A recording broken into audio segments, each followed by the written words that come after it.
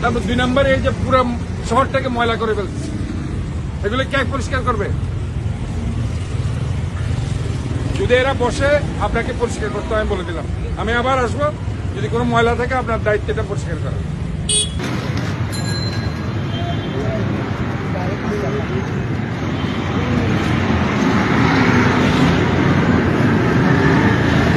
আর যেসব দোকানের সামনে পাবে এদেরকে দোকান সবাইদের জরিমানা করবে, আমি যে ম্যাজিস্ট্রেট পাঠাবো।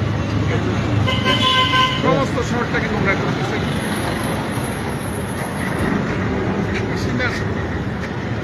তোরা বিজনেস করবি, তোরা পরিষ্কারও করবি না, এখানে কি তোদেরকে এখানে চাকর নাকি? জ্যাম থাকে, তারপর তো ময়লা করে ফেলছে পুরো শহরটা। নিজের ময়লা নিজে ক্লিন করলে তো হয়। পুরো শহর এই দিক থেকে নিয়ে পুরো শহর তুমি এগুলো দেখি, যদি না হয় কিন্তু আমি চাকরি চলে যাবে, মুরগি চাকরি কিন্তু চলে যাবে, আমি কিন্তু বলে দিচ্ছি, কিন্তু আমি সাসপেন্ড করছি।